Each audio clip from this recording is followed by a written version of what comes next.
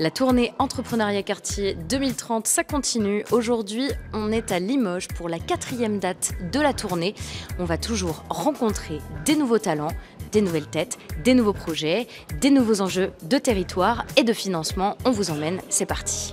C'était très important d'accueillir la tournée Entrepreneuriat Quartier 2030 avec les concours Talents des Cités et Money Time ce jour à Limoges, car il s'agit d'un spot très important en termes d'habitants, quartier prioritaire de la ville. Et les précédents événements n'avaient pu venir jusqu'à Limoges, donc ça paraissait indispensable pour BPI-France et pour la région Nouvelle-Aquitaine d'organiser cet événement aujourd'hui à Limoges. L'enjeu, c'est de mettre en relation tous les réseaux d'accompagnement et autres, tous ensemble, tout l'écosystème, qu'ils se rencontrent, qu'ils se parlent et qu'ils échangent avec des entrepreneurs issus des quartiers de Limoges. Cérès Boulangerie, c'est pas une boulangerie comme les autres. C'est un projet vraiment qui est ancré sur le côté humain.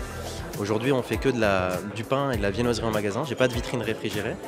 On travaille essentiellement qu'avec des producteurs locaux en circuit court, donc paysans boulangers et plein de producteurs sur toutes les matières premières. Et on fait de la viennoiserie haut de gamme, voire de prestige. Et ça a été un gros parcours du combattant que de lancer ce projet dès le départ, parce que j'ai monté ça, j'avais 25 ans et j'avais pas de finances. Je venais de démissionner d'un emploi. J'ai fait 14 banques avant de trouver un financement. J'ai dû d'abord trouver un apport. Et donc ça a été un apport familial, des accompagnements France Active, Initiative Gironde, une BPI, et ensuite présenter mon projet. Et ça m'a mis à peu près 6 mois à monter le projet. Après 14 refus, le 15e a été positif. Jaya, c'est l'allié incontournable des femmes à chaque étape de leur parcours intime.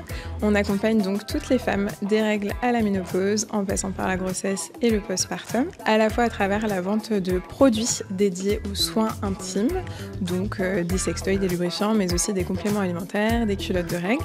Et on travaille également avec un réseau d'expertes de la santé des femmes pour faciliter l'accès à un suivi médical. Quand on entreprend, c'est toujours une difficulté de venir financer son projet puis son entreprise par la suite.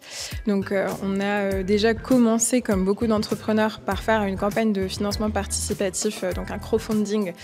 Nous, c'était sur Ulule. Ensuite, on a pu bénéficier, grâce à BPI, du programme Fast Track to Cash, qui nous a permis de venir réaliser des prêts d'honneur personnels. Donc chacune a emprunté 5 000 €, donc 15 000 € au total. Et ensuite, on a également pu bénéficier, grâce à Fast Track to Cash, grâce à ces prêts d'honneur-là, d'un prêt bancaire, donc auprès de notre banque, la BNP. Alors je suis Léana Sauvager, pâtissière et cake designer sur Poitiers et fondatrice de N&N Les Saveurs Délicates, une entreprise spécialisée dans le cake design et la pâtisserie à thème, où j'élabore des commandes colorées, authentiques et sur mesure.